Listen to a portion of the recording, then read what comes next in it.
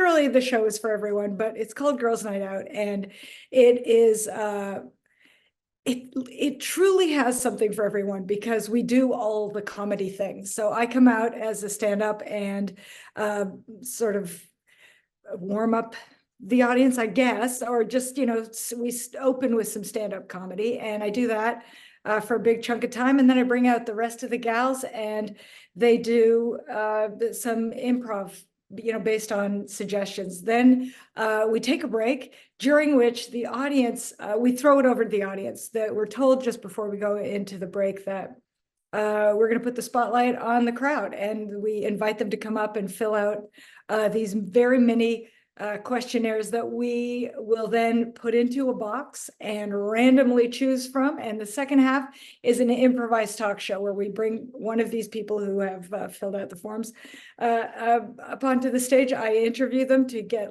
a little bit more to flesh out, the questionnaire that they've filled out, and then I turn it over to the gals, who then make the person who I've just interviewed make their life come alive through improv and sketch, and it's kind of amazing. It really is the second half where we highlight the audience is really the best, like that interactive experience. So the audience loves it because it's all about them, and it's very relatable. It's people just talking about their lives, and then we turn it into comedy. We find out that you make someone's life a very personal experience. You open it up and show how universal that experience is. I don't think Lyle helps perimenopause. Vodka definitely helps perimenopause. I put it in my diva cup. I'm so used to working on my own. Like, I just go somewhere by myself. I do my thing. I go back. I sit in my hotel room. It's very glamorous where, you've done this show and you've just, wowed a whole audience. And then you're just sitting in your room going, and now what happens? I'm just by myself. So it was exciting to be included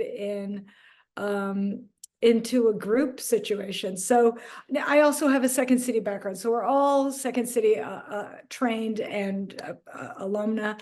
And so I come out. Janine's vision was that we start the show with some stand-up. That's where I came in. And then the rest of the gals do the sketch and improv part. And sometimes, because I there on stage, I will insert myself into, if it fits, if there's some nonsense that's needed, some shenanigans, we cue this guy. And so I have just become part of I did it once with Janine and the gals that she had, and then I was like, how do I do this all the time? And so then I just became their go-to, and then we picked up Karen and Diana, and there's something about the combo with Janine as well that we just formed this complete package. And then once we hit upon this element, and I think it was Diana who suggested it because it was something she was doing out west, the improvised talk show. Then it became lightning in a bottle. And that's kind of what it is. It's lightning in a bottle. It's a bunch of funny people all bringing their, A game to make a complete show. Kurt has been performing as an openly gay comedian for just over 30 years in the industry, and she says it plays a role in her act, but doesn't overshadow it. When I first started doing stand-up, I was closeted. It was a different time. It was the late 80s, and it was very not cool then to set myself apart quite that way. And I had never seen anyone on stage talk like that and be that open about who they were. So I didn't think that I needed to at that time when I first started. And then I started to become more comfortable coming out, and it coincided with being hired by Second City and working in the touring company, and then just being honest with my cast members about who I was behind the scenes. And then I realized, well, then it just didn't make sense to then, live this lie on stage when I was already being more comfortable with it in my personal life. And so, I came out, and when I started doing stand-up, I decided that I would just be myself. Now, I wasn't, again, fitting very much with the time. I didn't announce it right away.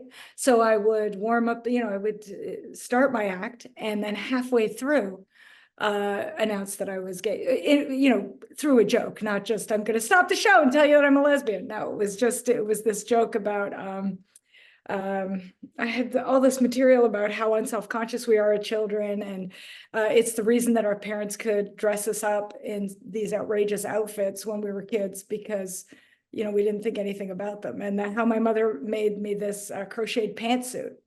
And I said, that's, I told her I was a lesbian, 20 years later, when I told her I was lesbian, I blamed it on the pantsuit. And that's the first, I was that halfway through, like if you're watching a 45-minute show, that's coming in at 20, 25 minutes.